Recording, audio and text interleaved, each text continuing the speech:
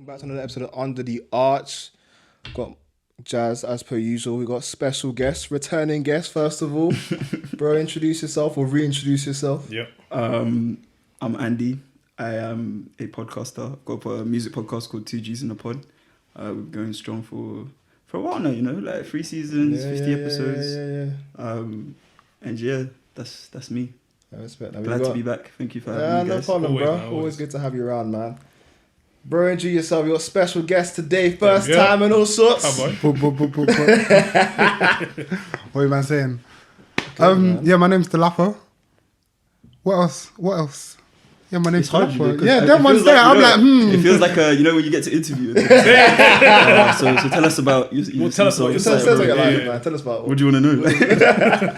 I'm sure as I continue to speak, like I'll give a get little more bit more comfortable, insight yeah? about myself. Yeah. I respect But that, yeah. man.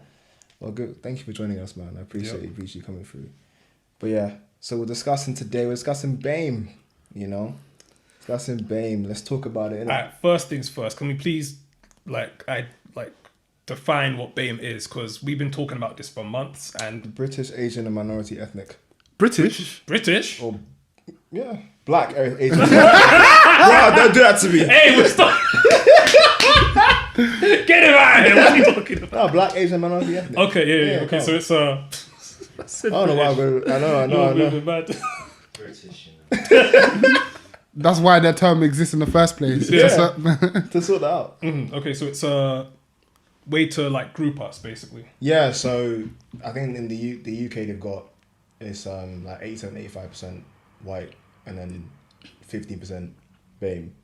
And in order to the origin obviously was just the original thing was political blackness. Then it was BAME because they wanted to kind of group. They wanted us all to come together. One, the National Front and other stuff, but two, to make the censor easier. You know the census when they So it started as a united front and then it sort of devolved into this thing. Yeah, and I think in 2001 it was meant to be for basically if you weren't white English, you were meant to be part of BAME. Now the issue is recently that's changed to if you're anything but white, you're BAME, Okay. which has happened over the course of time. Yeah. The question is why, innit? So the first question I ask is thoughts. What's everyone's thoughts now on being grouped together as BAME? You first. You gotta go first. Funny enough, alright, cool. I didn't say a bit about myself before, but I was involved in student politics with that as well. On campus, I was the BAME officer at one point. But it's interesting because for me, BAME, even in let's go in terms of even in that position I was in, right? You're grouping faiths together, so you're grouping predominantly people from the Islamic faith together. You're grouping ethnicities together. You're grouping all these people together, and actually what they want and what they're looking for is completely different. Right. Yeah.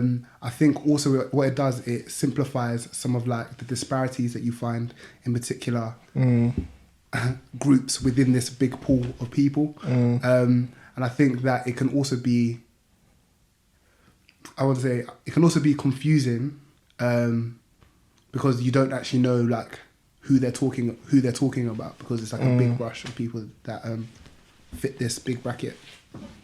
Yeah, bro. Yeah, I don't want to get too deep into it, but I personally think it's a useless term. Yep. Because I think it has some merits, especially I don't know where it came from or when it started, but in the sense of being able to discuss issues that non-white communities in this country face, it is easier to discuss them if you can just group all the non-white people. Yeah. Right. Separate from the white people. Yeah. I think they've been whoever's uses the term has been lazy in the sense that they never dissect it any further. Yes. And they leave it at BAME, and then it's become something that they can use to, I guess, appease non-white communities. So, for example, I remember a while back, Oxford University tweeted about, an increase in their BAME acceptance. Meanwhile, their black acceptance I think it had stagnated or fallen or something. Or it was there were some colleges that hadn't accepted black people in years, and it was they were posting it as if to I can't remember the exacts of it, but it was in response to someone asking about black attendance or black admission, and the the black attainment gap, they started replying with BAME stats because the stats on the surface, the stats look fine. Meanwhile, the stats were discussing a completely different group. At hand. So I think it's useless, to be honest. And just to add to that as well, like even in, I think, obviously after the whole Black Lives Matter thing, I think there was like a reporter talking to someone from the cabinet and being like, "Yo, like where are any of the black like ministers?" I think they've asked Matt Hancock this actually. They've asked him point blank, and he was dancing around the question. He couldn't answer. Man's like, we got 3 BAME brothers here, but there's no one black. Like Rishi Sunak, like a guy that said, exactly. Oh my days, man. Yeah, but carry on. No, that was my point. But I think that's the issue. Like, so even with me, like, but like even like, as a BAME officer, or when you're using like this term to represent people, like you can never, that one person can never represent that whole community. Nah, it's too simplistic. It's too simplistic a point of view. I was going to ask. So a BAME officer. So what does that even mean? It was this dumb minute. So it's like, for me, that was, so this is like a student union sort of.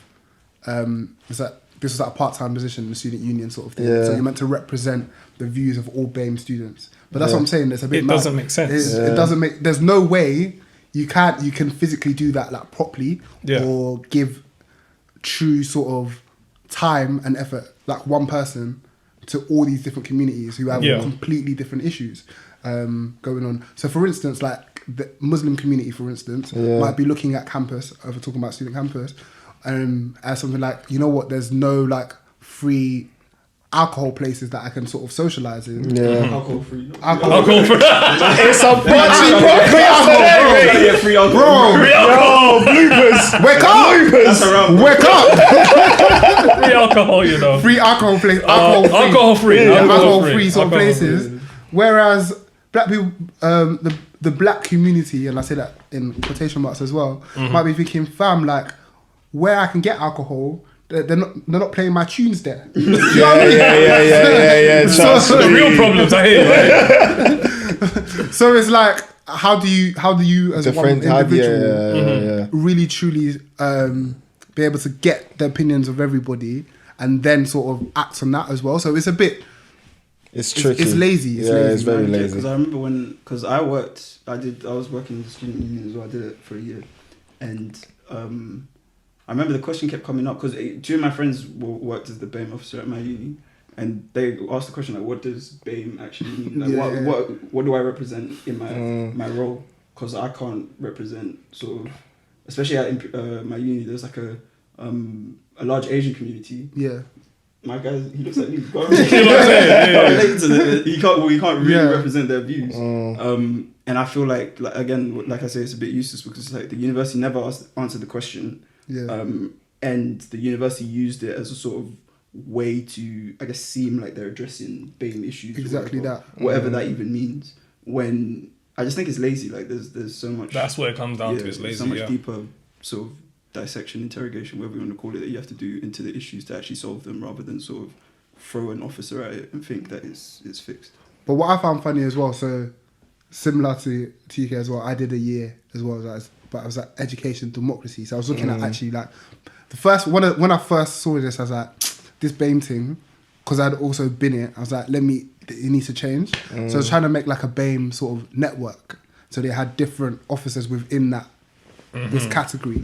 But what I found there as well was like, bro, even in these subsections, as even black or even like Asian, or as a big sector as well, like one Asian person cannot represent the whole of Asia. No. Do you know what I mean? So it's like, to me, like, it even questions like even these big identities that we have for each other. Like, what do they actually do? How do they actually look at issues in the way that is tangible to actually solve, or is it just like a big sort of label? I think that's a really good point. So the thing is, like speaking specifically about the black community. Even within the black community in Britain, the two major sort of groups of black Britons there are people with Caribbean descent and people from like West African descent. Look at the major groups of people that migrated here. And if you look at the Caribbean people that came here, in general, generally speaking, their generation came following the Second World War, I believe. Yeah, right after like Windrush 1945 to and they came 50, they yeah. came because they were sort of invited back to Yeah, come they and were work, asked to rebuild the to nation, rebuild the basically, nation. yeah. So they were Yeah. coming to do sort of menial jobs, basically. They came here with the intention to do sort of bus driver, whatever you want to call it, like jobs that Labour work. Labour, hard work, labour, yeah. whatever you want to call it. Whereas the West African sort of contingency that came maybe a generation later. I'm talking like Like our parents' 1960s, yeah, our 70s, yeah. parents' After generation. the Google got liberated. Yeah, Like, and they were coming back to, I guess, the colonial mother nation, or the nation that sort of ruled over their their home country, and they were coming with the intention to do sort of quote unquote high skilled work. So like these were people that were like sort of upper middle class in Africa that were coming, because it's not like you could just buy a ticket and come. So they were coming to like study. They were coming to, and they were treated differently when they got here from like what they would have expected. But in general, you're talking about two completely different social classes coming to the country that are all grouped into one black class. It's not an accurate representation. That's of what I mean. And with. it's like there are people that sort of exist on the margins of what we describe as like black, or what we describe as BAME or anything. And I feel like there's not enough attention paid to the people that don't fit the criteria. Not even the criteria, but just fit the sort of general view of what a black person is meant to be, or an Asian person is meant to be, or because there's a lot of internal sort of issues that need tackling, and to just sort of throw a BAME sort of label at it doesn't solve anything. But then that raises the question of what. Obviously, we know BAME as a categorization is we're agreeing it's lazy in that sense. But so what would you do to address that? If you were government, for example, what would you do? I mean, in my opinion, you can keep the term if you want, but don't leave it at that. So if, for example, if you're asking Matt Hancock how many black cabinet members are there, there's no way you should be replying with the number of BAME people, because it's just sidestepping the question. It's like he did it on TV for everyone to see. And then there'll be a large So amount of the country confident and there'll be a large sort of amount of the country that'll be clapping and saying, "Oh, you know, these BAME people keep talking too much, man. There's not enough of them. There's already 3 of them in the thing." And meanwhile, he hasn't addressed the actual question because there aren't any black cabinet members. And stuff. So it's like, me personally, I would abolish the term and just speak specifically to the actual communities. Exactly, I agree. But if it's one where they want to keep a term to talk about issues that affect non-white people, because there are issues that sort of affect black people and Asian people and other different minority ethnics, like sort of the same or in similar ways. So it is helpful in that regard. So then it makes sense that to keep it for that reason. But I just think if you're going to be lazy with it, then you might as well just get rid of the term. No, I get it. But I think I agree. So I think my starting point is that I agree. I agree that actually BAME, the word BAME is dead. It doesn't do what it's set out to do anymore in 2020. I think in terms of fighting things against like anti-racism, or like, I'm trying to think of, it's interesting what you said, but I'm trying to think of like something that might affect all BAME communities in the same way. I struggle. I don't think there's anything. I don't think anyone ever has the same level of, I guess, issues on any particular, especially with the. There can be similarities, but the scales are different. So, but this is my thing though. Again, like, I don't want it to be a thing of like oppression Olympics, where it's like, oh no, like, or we're breaking it down to nationalities, or we're breaking it down to particular like subgroups. Like, is it now? It's like, no, like I'm more oppressed than you. I don't know how like positive that is as a what does that end up doing, or what does that end up I don't think it needs to require people to sort of compare their struggles. I feel I agree. I mean, to an extent, I feel like it's human nature to just sort of compare your struggles. And be honest about what your struggles are. I don't think breaking it down further and sort of having someone to address specific problems to black people, specific problems to Asian people, means that there necessarily has to be a comparison between Asian communities and black communities. And even like taking it outside of race and stuff, there's a huge, in this country specifically, there's a huge issue with classism. And in that there's a huge sort of white working class that is also represented by the government, underrepresented, and they also have issues that need addressing. So to sort of paint this whole white and BAME thing, that does nothing for the white working the class. white British absolutely, working lower class. classes, so to speak, because their issues aren't addressed either. Yeah. And they, I mean, I think it kind of explains a lot of the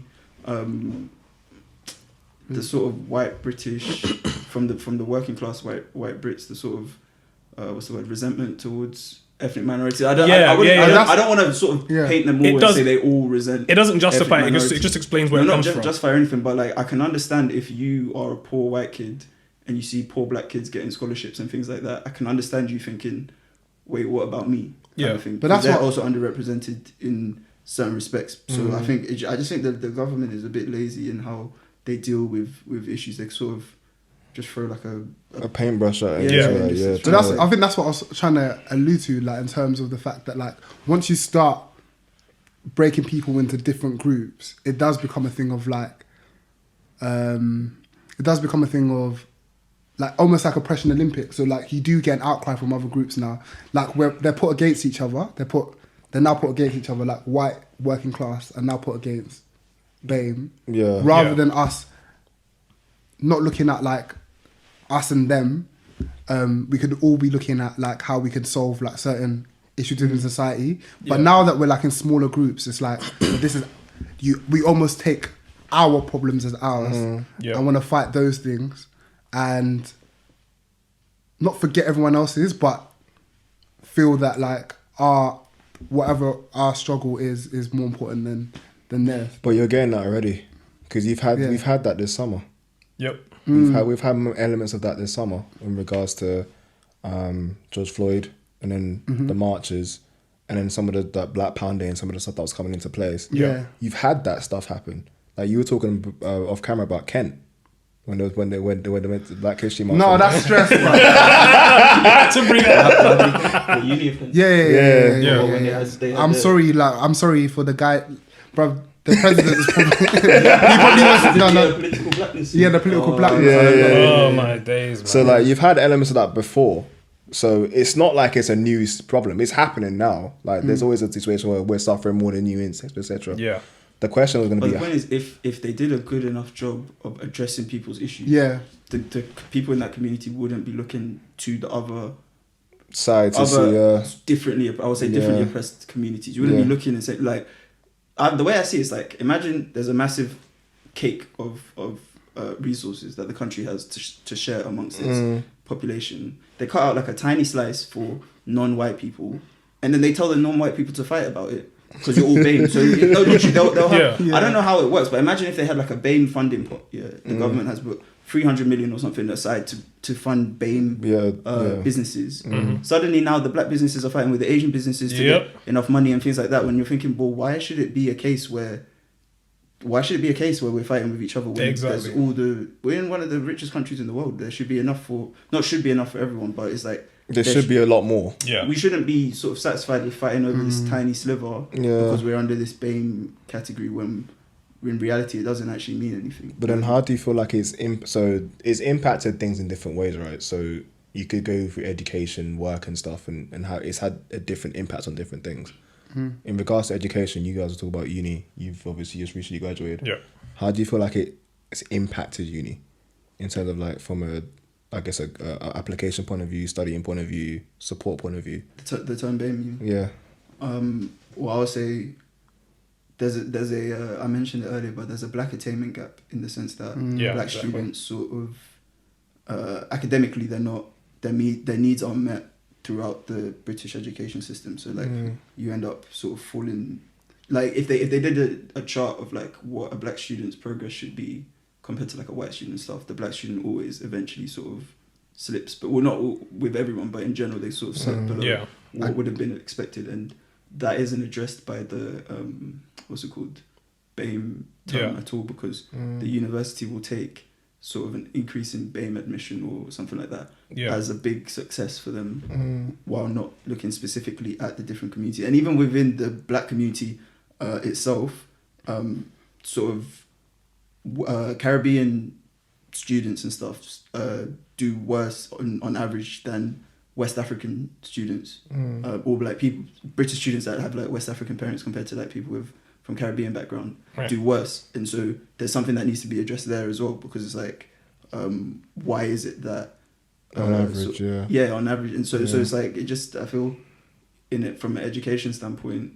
Again, I think it's just lazy. They don't actually look into it enough. And even if they do look into it, they're not willing to actually make the changes so that the people that are most disadvantaged are actually helped. So, just to echo back on that as well. So, like, I did a bit of work in terms of when I was an education officer in terms of the attainment gap, and for the institution that I went to. So obviously, it might be outdated a little bit, about a few years, but it was something like for Black students, there was a 22% attainment gap, which meant that if you took the UCAS points that they started with against their white counterpart, and they had the same amount of points, by the time they end up uni, they're 22% less likely to get a 2-1 or a first. Oh, mad. Yeah. Right. And then if you then go and look at that same sort of thing, but you break it down into BAME, that percentage goes down to like 15%. Oh, wow. So if you're using, so do you know what I mean? So if you're using that the overarching figure of BAME, it looks 15% looks a little bit better than 22, than 22%. And I think echoing what TK said as well, like what I didn't do while I was there, but like I'm sure again, like if you broke it down into Caribbean and like West African as well, there might even be a further disparity there as well. And it's like, yeah, I think I'm echoing what TK said. Like, I think what it does do is just sort of, in education in particularly, the people that need help the most, sort of, not served. Yeah, are not served. And then I'll give you another example as well. So not necessarily in education, but in employment. And I think when we look at stereotypes of particular groups, so I'm moving away from BAME, but like moving into like even those subcategories again. So like the Asian community, when we look at the Asian community, we have particular stereotypes for them, which tend to be quite positive as well. But actually, a lot of the time when we're talking about these professionals, we're talking about actually like the Indian community. And we're not just talking about the Indian community as the Indian community.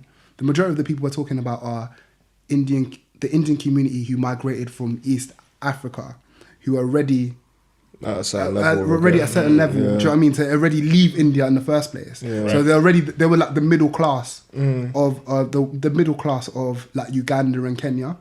And actually by doing that as well, what we are negating from that is there are actually Asian communities in this country that are the most unemployed. So we have the Bangladeshi community, for instance, and the Pakistani community as well, that tend to have one of the lowest like unemployment rates within the UK. Yeah, it would be the highest unemployment rate. Or...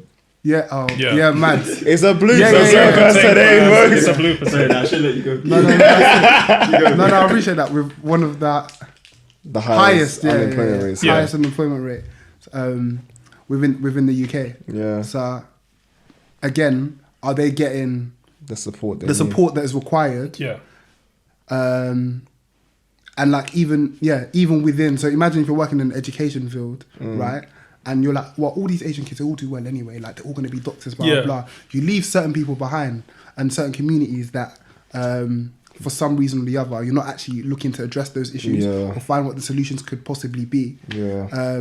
Because you have a particular stereotype of a particular community. But that's the issue with like these grouping tactics. Because it's like, essentially my issue with BAME is that it serves no real purpose besides laziness. Because it's like, if you group everyone together, now we don't have to address certain things. And it's like, certain people will fall by the wayside because it's like, you know, our statistics say BAME people are here, BAME people are there, BAME people are getting this, but you're not looking into the things inside of that. You're not looking further than, the problem with BAME is that BAME is like the blanket thing and you don't have to look further past BAME. So now statistics will read, BAME statistics sort of favour any sort of general statement that people want to make in order to not address deeper things. Like you can't address like black kids dropping out of school or like Muslims being bullied or whatever. You can't address this when BAME says it doesn't happen. You know what I'm saying? That's always been the minute I found out what BAME was, I was like, my biggest issue is that it just serves as like a statistical blanket to not address deeper issues. That's always been my thing. Further than that as well, because you see in the media and all sorts, they use it as a way to, they herald up the sort of good immigrant story, where you know, people that have come in and you sort of, you know, pull themselves up by the bootstraps, or whatever you want to call it, which is all bull anyway. But they come in and then they'll use that as an example and point to other people from different ethnicities or whatever and say, well, they did it, why can't you do it? Yeah. And it's like, the starting point's not the same. Yeah, and not only that, it's just another way for them to get us sort of fighting with each other. Yeah, exactly. Look at them. Yeah. And it's just, So to be honest, in that respect, when they do it like that, which is one of the sort of, I guess, manifestations of how the word sort of plays out. Yeah. Then it's quite sinister, to be honest, because it's like, it is, they use it to sort of qualify what makes a good immigrant. And they, I mean, they do it all over the West. Like, even in France, remember when that guy was doing up Spider-Man to save that kid that he was in a burning building or something? So he went up and did the thing. Next time, the French president, what's his name? Macron. Was it Macron at the time? Or was it Sarkozy or Hollande? Or it was whoever the French president at the time was, gave the guy citizenship and made him a firefighter. I remember this. And it's like, wait, so the only thing I need to do to get citizenship is scale a building. Like, and it's crazy because you hate to see it, man. Because at the time, everyone's, you know, sort of clapping for the guy heralding it. It's amazing that he was able to save the child, and that was amazing and everything. But you shouldn't be required to scale buildings and save children in order to get citizenship. Or in order to qualify as a French person. You know what I mean? Like, and they do that everywhere. And it's I mean, even with Barack Obama was like, for years he had to go through that whole birther thing where I think it was Donald Trump that started it with that question. It was Trump. They're questioning whether he's American. And it's just like, it's like I said, if people that exist on the margins of whatever you define. So in the case of the Obama thing, it's like they defined what an American is. He doesn't fit that mold because an American in most senses is like a white person, So because he's not white, it's like, oh, he can't be American. Oh, they call them personal colour, right? Yeah, POC. and I mean, they've got their own. They've got BIPOC as well, like Black Indigenous Person of Colour. Oh man, like they've got their own thing, like terms as well. And again, it's just like it doesn't really do much for. No. But off that as well, I think even in the UK, if you look at like, I could be fifth generation. Like I could be a fifth generation immigrant if we're going to go that far, but I still fit into this BAME category. And like it could be, fam, I know people that we call Thomas, but really and truly, bruv, they got a Z in their name somewhere, like it's Polish. Do you know what I mean? But like in the next generation also, they will be deemed as actually white British. Do you know what I mean? And so it's got nothing to this whole thing of cutting people off by like the colour of their skin. It's sort of, for me, it makes me feel like it doesn't matter how long I'm here, I'll always be a second class citizen. Do you know what I mean? So I can never fully be, or I go far as saying like that Polish brother could, in the next generation's time, he could actually call himself English. But if I did that, you can't. I can't. Do you know what I mean? I can't. And it almost seems like this like subsurface, like this thing that is just on a surface level, not just on a surface level, but to an extent, it carries more weight than I think that it should do. I hear that.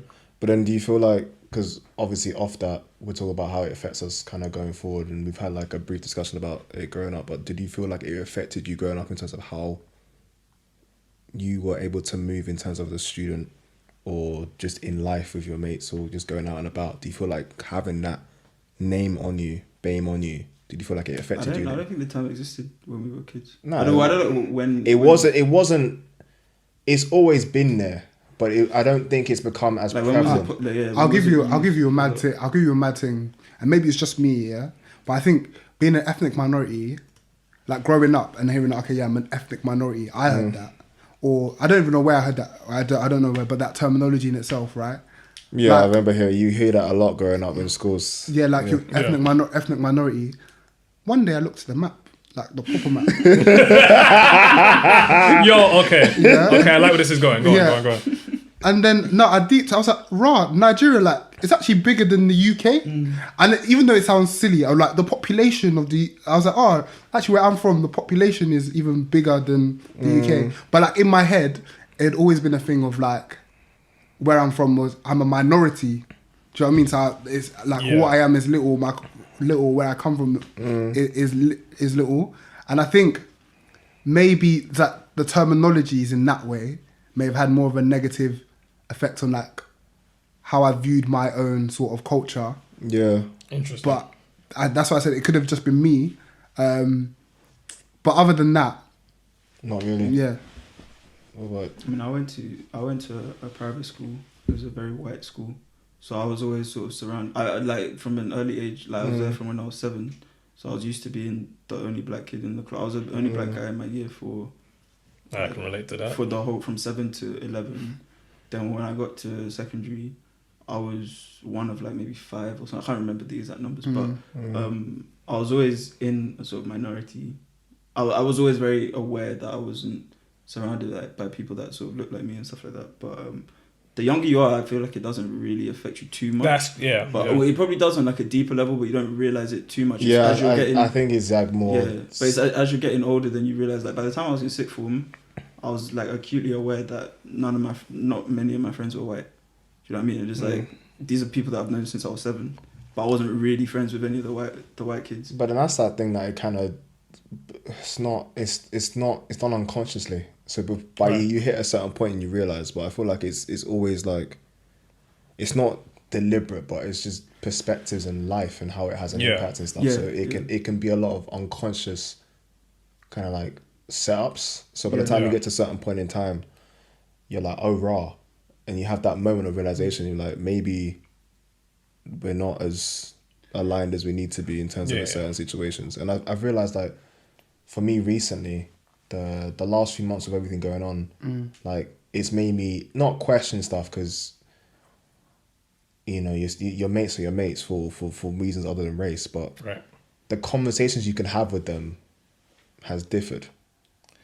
Yeah. I would venture as far as saying if you can't have a sort of open and candid conversation with a friend that's not black about blackness, then it's not really a friend.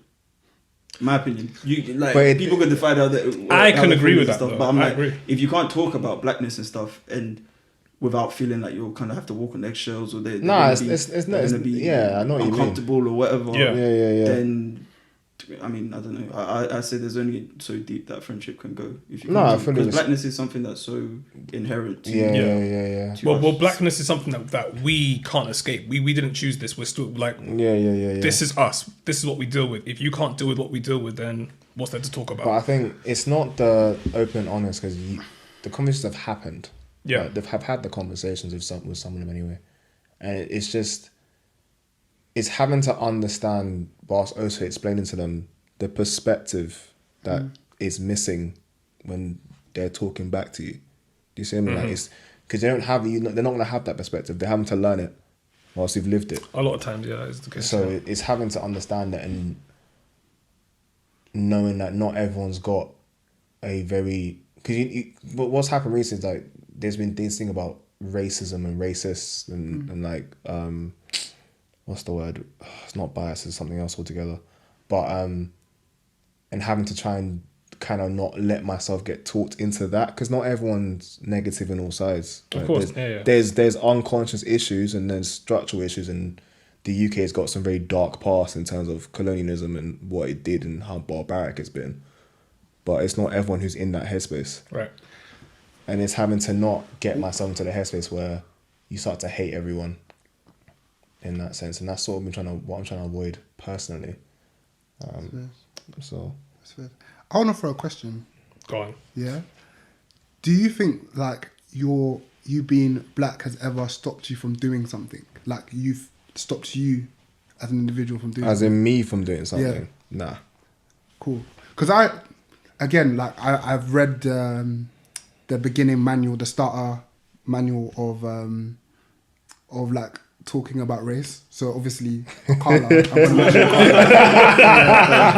not the only book I've read. But I think there's something like interesting there as well, because he was talking about how identifying sometimes like with blackness can be an issue in the UK. So for instance, right, I'll give you an example of what he mentioned as well. He was like, in like Jamaica, for instance, like people will have no issue like listening to what's that French Titanic lady? Celine Dion. Celine Dion, good or like even in the music. sorry, I Celine knew. Dion. Or like even for India, for instance, like people listen to rock, but when we come here, like we feel like no, this is black music. This is what like we have. This is what we're. It's got to be hip hop and Afro. And it's almost our way of like holding on to what we feel like is ours or left of our culture, and that's what I mean by that. Like not necessarily like structural barriers, but in terms of like even in my own head, like I haven't been skiing. I don't know whether or not like I've had the opportunity to go skiing. I went for the first time in February. It's lovely, man. It's actually so fun. I really want to go again. Like, it's proper fun, man. But to most people, they'll be told that it's a white thing. Do you know what I mean? It's funny when I told Auntie Ruth, she's like, "Oh, I'm so proud of you, the first Krobo man to ski." I was like, "Yo, I just went skiing for something." And that's what I'm talking about. I feel like sometimes, and I was thinking about myself as well, but like sometimes I feel like, you know, white people. I don't think white people see themselves as white. No. Really, yeah, they see themselves as individuals. Just individuals. Yeah. I'm Tom. I'm Harry. Yeah. Do you know what I mean? And like sometimes as a They actually take it as offense if you call them white. Yes. I don't know. I see videos from America where they're like, "Oh, they're like, oh, don't call me a white." With this and that. It's like, it doesn't make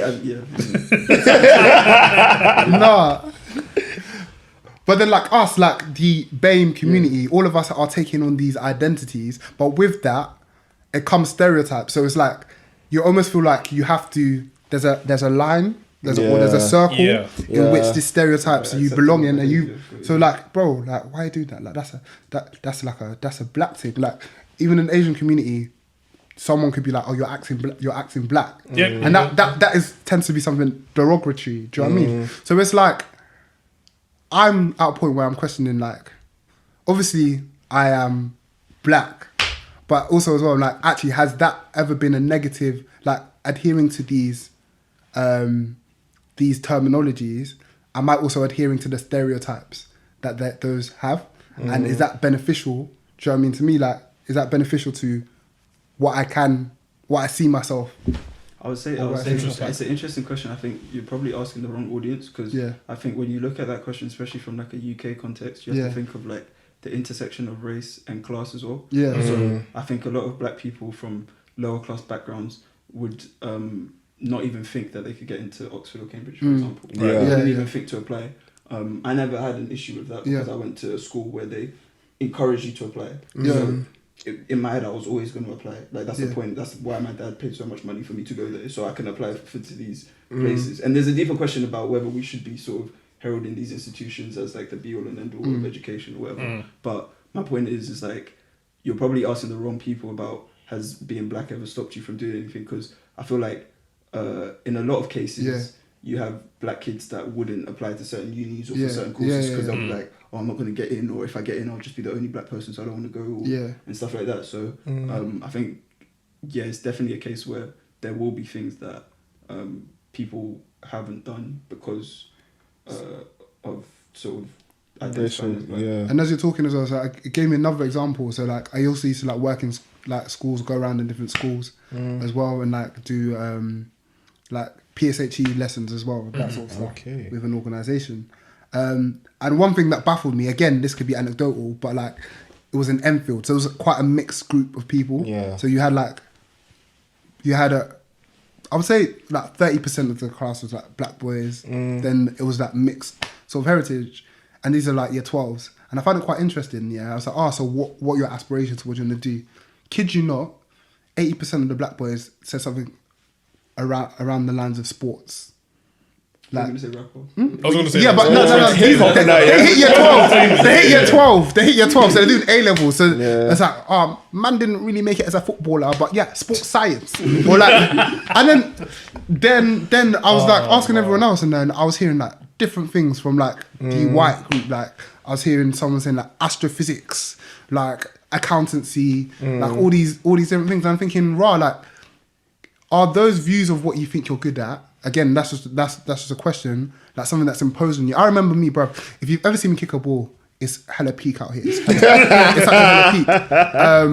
And I joined the school like in year 9, and I remember like the minute that the sports guy saw me, he's like, "Yeah, bro, you need to go and train, like come to athletics." And I'm thinking, bro, if you see me run, it's peak, bro. So like again, like he already had, used to be fast. No, it's not the speed, it's the technique. Okay. It's the technique. You were pacey, man. You got long legs, bro. You were pacey, I remember. Bro, I'm not. Nah, I'm not fast. I'm not fast like that. But like already, the perception was you can be what did he train. see? No, what did he see? You saw like a black boy. So the perception was like, oh, you'll be good at this. I dissected it further. When you play football at uni, you're black, so you must be on the wing. I'm not that I think nah. So that's what I'm talking about and things like that. And actually, like when you have that perception of what like in school or whatever with any race or any person, what people tell you you're good at or what people of authority tell you you're good at, that does shape your aspirations to an extent. And it's like, to what extent are we limiting ourselves, boxing ourselves in what we think that we can do based on the stereotypes that are there. I think like obviously like we'll begin to round up, but in terms of to answer your question, I didn't realize that because in terms of me, I played basketball to a certain point and I stopped. But it's you start to rethink all your childhood experience when you ask that question because I was like, did I really go this far with it for this reason? You're tall as well, though. Yeah, but that's the thing. If I had that height, I'm training, bro. But the truth is though, I'm not like the average height for the NBA. I'm 6'3", 4. You're a point guard in the NBA. I'm a point guard in the NBA. So train and become a point guard. Bro. You know, like, what I'm saying is, after a certain height, an office job isn't for you because desks aren't made for you to be. Yeah. Bro, 6'6" coming to set. Bro, get on the field. Like. No, but a lot of times you get asked a question like, "Oh, you're tall." Even now, like if I haven't played the sport in years, you gonna play basketball? I'm 26, bruv. Like it's gone. It's gone. It's over. It's gone, man. It's over. So like I think it is something that shapes your perspective. I think a lot of it is due to sports and a lot of times, especially in basketball, a lot of it is black African Americans. Yep. I think as well, just in general, like the media and stuff, the black people that we see, sort of make it, if you want to call it that, like get to the upper echelons of society, if you want to call it that, are all sort of entertainment figures. Well, it's about what we glamorize, isn't it? Exactly. Yeah. But which is it's difficult to say who's to blame because you can blame the sort of white media and the white sort of systems at work for meaning that the only way a person can get to that level, a black person can get to that level, is through sport or entertainment or whatever. Yeah. But then there is also an element of within the black community in itself, we sort of praise these celebrities, and these figures. But it goes a lot deeper than that as well. Like there's a lot of ways you can sort of look at it, but yeah, it's just like it's just there's a certain image of blackness that you see put in the media and things like that. Yeah. Right. That I remember Chris Rock made a joke about how he lives in Miami. One of his neighbors is Mary J. Blige, and the other one's a dentist. And he was like, so to get into this neighborhood, you have to be one of the best comedians of all time, one of the best R&B singers of all time, or a white dentist. But it's genuinely true. Even if you go to Miami, like I went to Miami on holiday a couple of years ago, and you can do a boat tour around this area where all the celebs live. Yeah. So it's like you've got like Will Smith, J-Lo, you've got all these different people's houses, and they point them out. But there's a couple of houses they skip, and those are the houses of the dentists and the whatnots. There's just like then they're not famous or anything, but they've managed to sort of reach this level where they can be brushing shoulders with Will Smith and all them. Yeah, and doing what people would call I guess a less glamorous or less like fancy. This was a weird situation. Kind of want to round up, so I guess if we all made a decision, like we all know where we stand with BAME. Yeah, but I think we would, and we would discuss what we do differently, but. If you could change something tomorrow in order to improve the situation, what would it be? I'll start with you. First thing, pretty easy. Abolish the term. Okay. As simple as that. Abolish the term and start addressing people in their individual groups and addressing their individual issues, because BAME doesn't serve anything. I would agree. I would say sort of have like a government think tank or whatever it is to sit down and then actually... This country's got a lot of money that it's sitting on. So give some money to the community because we pay a lot of taxes. So do use that money to sort of try and address some of the issues that are happening. Cool. I would say, abolish the term, but I would say like even on censor forms, focus more like nationalities. Yes. And in that way, even that's problematic in a sense, but even in nationalities will give you more of a breakdown of what's actually going on. Yeah, I think I'm with you. I'd probably keep what's currently on the census form and add nationalities, and you get a better breakdown of what's going on. Because right now everything just sort of grouped together, and that's where you get a lot of the mishaps, and I guess things aren't being handled properly from education, work, etc., etc. Thank you guys for jumping on though. Appreciate it. Always a pleasure. Thanks for having me. Always a pleasure, man. Yep.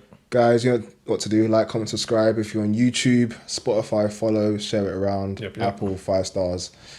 And we'll be back soon. So thank you. God bless. Peace.